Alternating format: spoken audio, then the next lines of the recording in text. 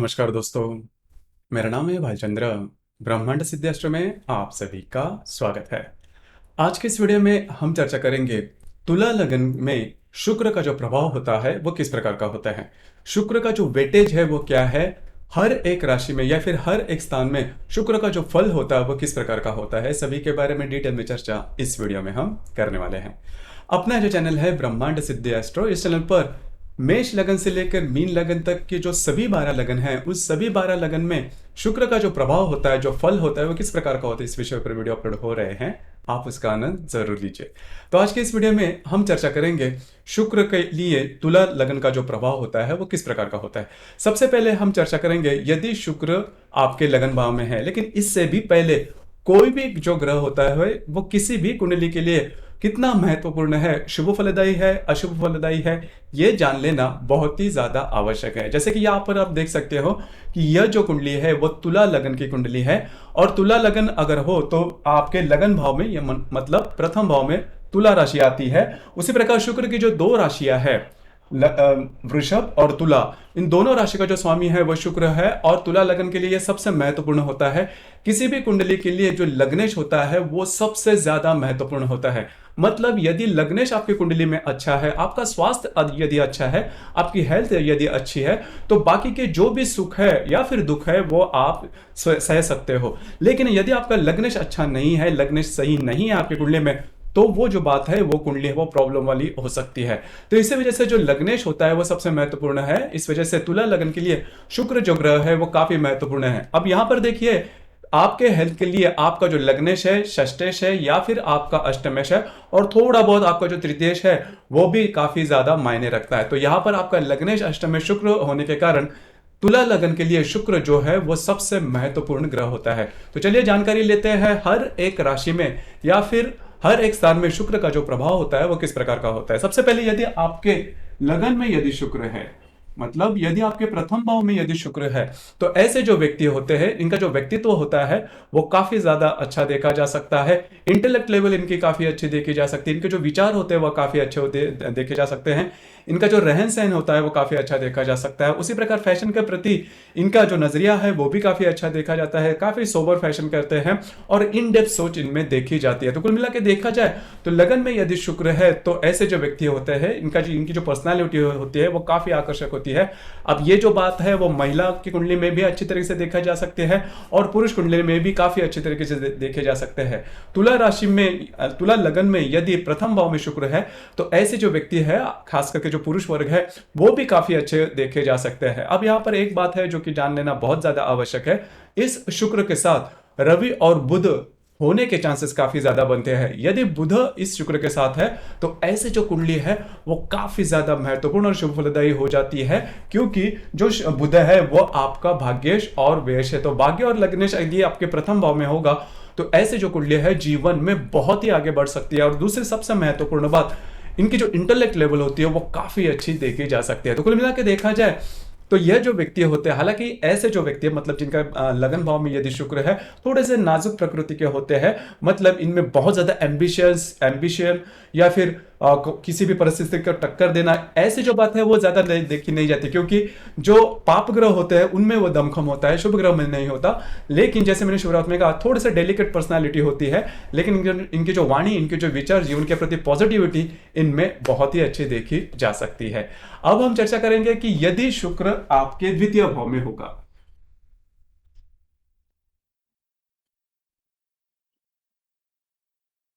शुक्र यदि आपके द्वितीय भाव में होगा तो ऐसे जो व्यक्ति होते हैं इनकी जो वाणी होती है वो काफी अच्छी होती है, इनके जो वाणी का जो प्रभाव होता है वो काफी अच्छा देखा जा सकता है। उसी प्रकार ऐसे जो व्यक्ति होते हैं इनका जो सौंदर्य, इनकी जो आंखें होती है वो काफी अच्छी देखी जा सकती है। थोड़ी सी स्पेंडिंग कैपेसिटी इनमें थोड़ी सी ज्यादा होती है, स्पेंडिंग खर्चा थोड़ा ज्यादा कर सकते हैं, लेकिन इनकी वाणी जैसे मैंने कहा काफी अच्छी होती है। हर तरह का खाना इन्हें काफी, चटपटा खाना इन्हें काफी ज्यादा पसंद आता है। अब यहाँ पर दो तीन बातें उसके ऊपर थोड़ा सा ध्यान देना आवश्यक है। यदि आपके द्वितीय भाव में वृश्चिक राशि का शुक्र होगा तो आपके रिलेशनशिप में आप जाने की संभावना काफी ज्यादा बनती है, और दूसरी ज्यादा महत्वपूर्ण बात, प्रेम विवाह होने की भी संभावना काफी ज्यादा बनती है। मैं यहां पर संभावना बोल रहा हूं क्योंकि प्रेम विवाह के लिए बाकी के जो योग है वो भी जान लेना बहुत ज्यादा आवश्यक है। उसी प्रकार वृश्चिक राशि में यदि विशाखा और ज्येष्ठा, हालांकि वृश्चिक राशि में 3 नक्षत्र आते हैं, विशाखा, अनुराधा और ज्येष्ठा। तो यदि विशाखा और ज्येष्ठा नक्षत्र में यदि शुक्र है तो आपको विवाह सुख मिलना थोड़ा सा कठिन होता है, खास करके ज्येष्ठा नक्षत्र में है तो विवाह सुख मिलना करीबन कठिन हो जाता है। तो ऐसी बात होती है। लेकिन ऐसे जो व्यक्ति होते हैं, इनका जो व्यक्तित्व होता है, उनके मतलब इनकी जो पर्सनालिटी होती है वो काफी आकर्षक देखी जा सकती है। तो वृश्चिक राशि का यदि शुक्र है तो ये जो बातें हैं वो आप देख सकते हैं। लेकिन इनके जो वाणी के ऊपर जो पकड़ होती है वो बहुत ही अच्छी होती है। उसी प्रकार इस शुक्र के साथ यदि बुध है तो ऐसे जो व्यक्ति होते हैं, इनकी जो बौद्धिक, इनका जो इंटेलेक्ट लेवल होता है वो काफी अच्छा देखा जा सकता है। पैसे के मामला में भी कभी कभी नहीं होती। अकेला यदि शुक्र है तो भी पैसे के मामले में कभी कभी कमियां नहीं पाई जाती। कहीं ना कहीं से तो इनको पैसे मिलते ही रहते हैं। जीवन में कभी भी पैसे के मामले में बड़े प्रॉब्लम, कॉम्प्लिकेशंस देखे नहीं जाते। तो करीबन द्वितीय भाव का वृश्चिक राशि का भी यदि शुक्र है, क्योंकि वृश्चिक जो राशि है वो शुक्र की शत्रु राशि वैसे मानी जाती है, लेकिन ऐसे व्यक्तियों के हाथ में हमेशा पैसा आना जाना रहता ही है। अब हम चर्चा करेंगे कि यदि शुक्र आपके तृतीय भाव में होगा।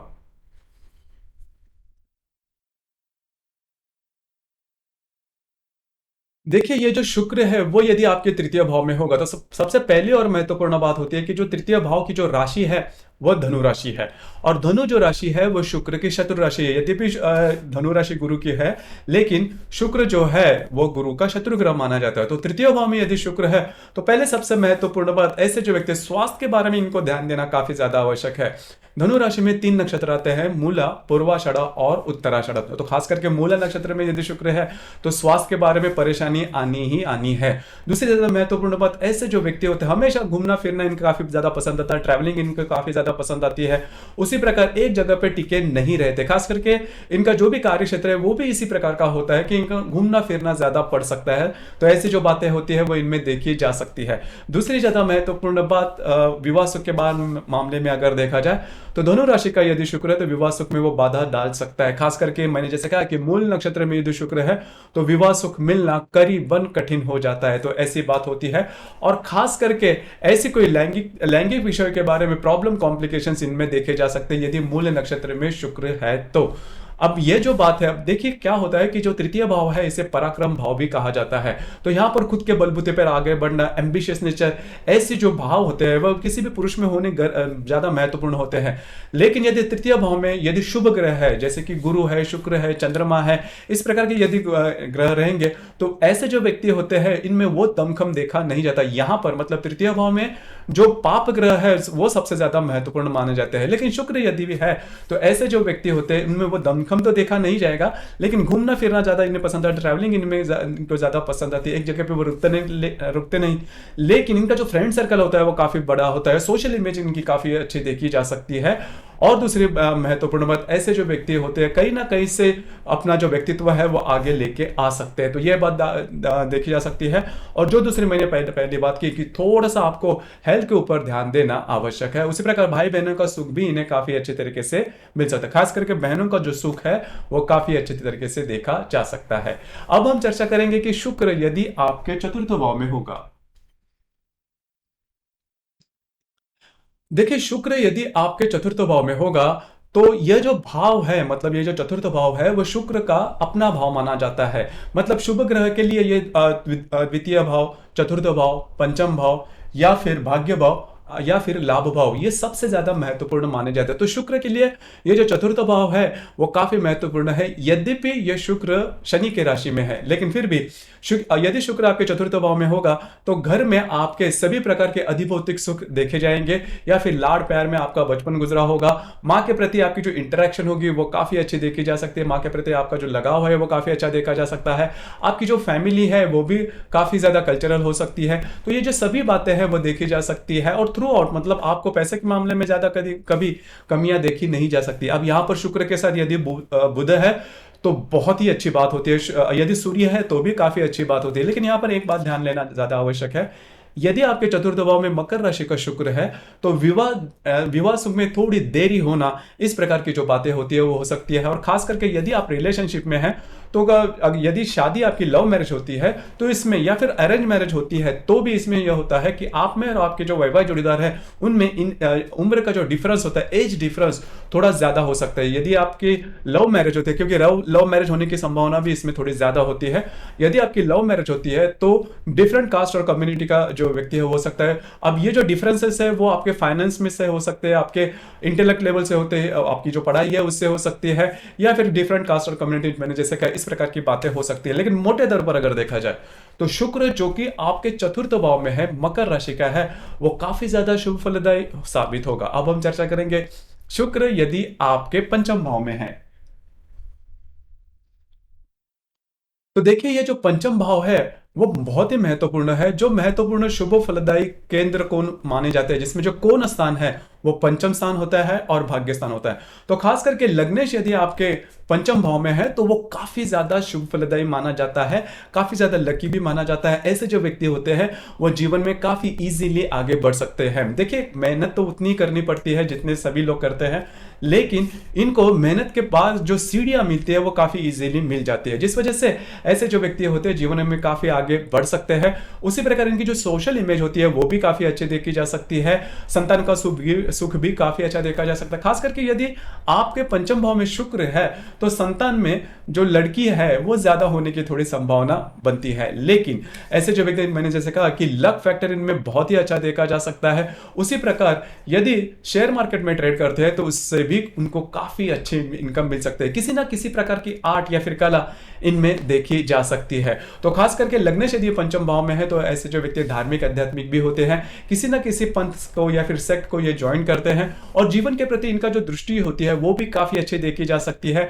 और दूसरे सबसे महत्वपूर्ण बात, यदि आपके पंचम भाव में कुंभ राशि का यदि शुक्र है तो विवाह जो होता है वो प्रेम विवाह होने के चांसेस बहुत ही ज्यादा बनते हैं, और ये बात खासी अच्छी देखी जा सकती है। विवाह सुख भी काफी अच्छे तरीके से मिल सकता है। बेसिकली क्या होता है कि जीवन के प्रति इनका जो नजरिया होता है, जो दृष्टिकोण होता है वो काफी ज्यादा पॉजिटिव होने के कारण इनका जो जीवन है वो काफी ज्यादा पॉजिटिव होता है। यहाँ पर यदि बुध है तो सोने पे सुहागा, ऐसी जो कुंडली होती है वो बहुत ही शुभ फलदायी मानी जाती है। बुध है या फिर शुक्र है, यहाँ पर बुध या फिर शनि भी है। शनि यदि यहाँ पर है, शनि शुक्र के साथ कहीं भी, अभी तक हमने जो भी घर गिनवाए, कहीं भी अगर शुक्र के साथ शनि है तो काफी ज्यादा राजयोग कारक माना जाएगा। तो कुल मिला के देखा जाए तो पंचम भाव का जो शुक्र है वो काफी ज्यादा शुभ फलदायी माना जाएगा। अब हम चर्चा करेंगे कि यदि शुक्र आपके षष्ठ भाव में होगा। तो देखिए बहुत मायने में ऐसा देखा जाता है कि, या फिर ऐसी समझ भी है कि मीन राशि का जो शुक्र है वो उच्च होता है, लेकिन वो शुक्र उच्च होता है बहुत ही स्पेसिफिक जो फील्ड्स होते हैं उसमें उसमें यदि मीन राशि का यदि शुक्र आपके कुंडली में है तो ऐसे जो व्यक्ति होते हैं कलाकार हो सकते हैं, विभिन्न प्रकार की जो कला है वो उनको अवगत होती है और उसमें आगे भी बढ़ सकते हैं। लेकिन ये जो शुक्र है वो पूर्णतः शुभ फलदायी माना नहीं जाता। अब यहाँ पर देखिए लॉजिक अगर लगाया जाए तो यह जो षष्ठ भाव है वो शुक्र के लिए बिल्कुल भी शुभ फलदायी माना नहीं जाता।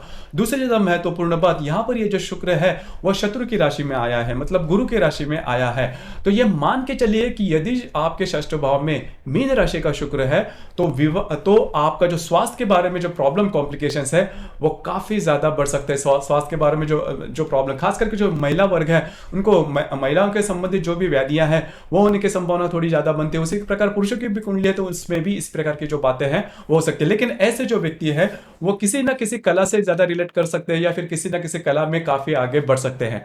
अब यहां पर दूसरी ज्यादा महत्वपूर्ण बात, यह जो शुक्र है वो विवाह सुख में बाधा कर सकता है। तो ये बात जान लेना बहुत ज्यादा आवश्यक है। लेकिन ये भी डिपेंड करता है कि शुक्र, जैसे मैंने कहा कि मीन राशि में है, तो मीन राशि का जो स्वामी गुरु है वो आपके कुंडली में किस प्रकार का है ये भी जान लेना आवश्यक है। और नवमांश कुंडली में ये जो शुक्र है वह किस प्रकार से होता है ये भी थोड़ा मान लेना आवश्यक है। इस शुक्र के साथ बाकी के जो ग्रह है, मतलब शुक्र के साथ राहु, केतु, हर्षल, नेपच्यून या फिर मंगल, ये जो ग्रह है या मतलब किस प्रकार के योग बना रहे हैं ये भी ज्यादा महत्वपूर्ण है। लेकिन मोटे तौर पर अगर देखा जाए तो मीन राशि का शुक्र जो कि षष्ठ भाव में होगा तो विवाह सुख में वो बाधा करेगा। अब यहां पर चर्चा करेंगे कि यदि शुक्र आपके सप्तम भाव में, शुक्र यदि आपके सप्तम भाव में होगा तो वो मेष राशि का होता है, तुला लगन है तो मेष राशि का जो शुक्र होता है, इनका जो रहन सहन होता है वो बहुत ही अच्छा होता है, नीट एंड क्लीन होता है, फैशन काफी अच्छे तरीके से कैरी कर सकते हैं। थोड़ा सा इनमें खुद के प्रति जो कॉन्फिडेंस होता है वो भी काफी अच्छा देखा जा सकता है। अब यहां पर यदि मेष राशि का शुक्र है तो कभी मतलब ये मान के चलिए प्रेम विवाह होने के चांसेस बहुत ही ज्यादा बढ़ते हैं। अब यहां पर दो तीन बातें हैं, उसके ऊपर भी थोड़ा ध्यान देना आवश्यक है। खास करके मेष राशि के में एक तीन नक्षत्र आते हैं, अश्विनी, भरणी और कृतिका। तो कृतिका नक्षत्र में यदि शुक्र है तो विवाह सुख में भी ये बाधा कर सकता है, और आपके स्वास्थ्य के बारे में जलना, कटना, फ्रैक्चर होना या फिर स्टिचेस पड़ना, इस प्रकार की जो बातें हैं जो कि फिजिकल लेवल पर होती है, शारीरिक तौर पर होती है, वो होने के चांसेस थोड़े ज्यादा बनते हैं। तो ये जो शुक्र यदि आपके मेष राशि में सप्तम भाव में होगा तो वो नॉर्मली शुभ फलदायी माना नहीं जाता, लेकिन आपको जो मिलने वाला जो वैवाहिक जोड़ीदार है वो काफी सुंदर हो सकता है, ये बात, उसमें ब्यूटी काफी अच्छी हो सकती है, ये बात तो देखी जा सकती है। कुल मिला के देखा जाए तो यह जो विवाह सुख के मामले में भी अगर देखा जाए तो ये जो शुक्र मंगल की राशि में, मतलब मेष राशि में, तो मंगल आपके कुंडली में किस प्रकार का है ये जान लेना बहुत ज्यादा आवश्यक है। अगर मंगल वेल प्लेस्ड है तो आपको विवाह सुख भी काफी अच्छा मिल सकता है, और कृतिका नक्षत्र में होगा तो थोड़ा सा आपको स्वास्थ्य के बारे में ध्यान देना आवश्यक है। इसके बाद हम चर्चा करेंगे कि शुक्र यदि आपके अष्टम भाव में होगा। देखिए, कोई भी ग्रह अष्टम भाव में या फिर षष्ठ भाव में शुभ फलदायी माना नहीं जाता।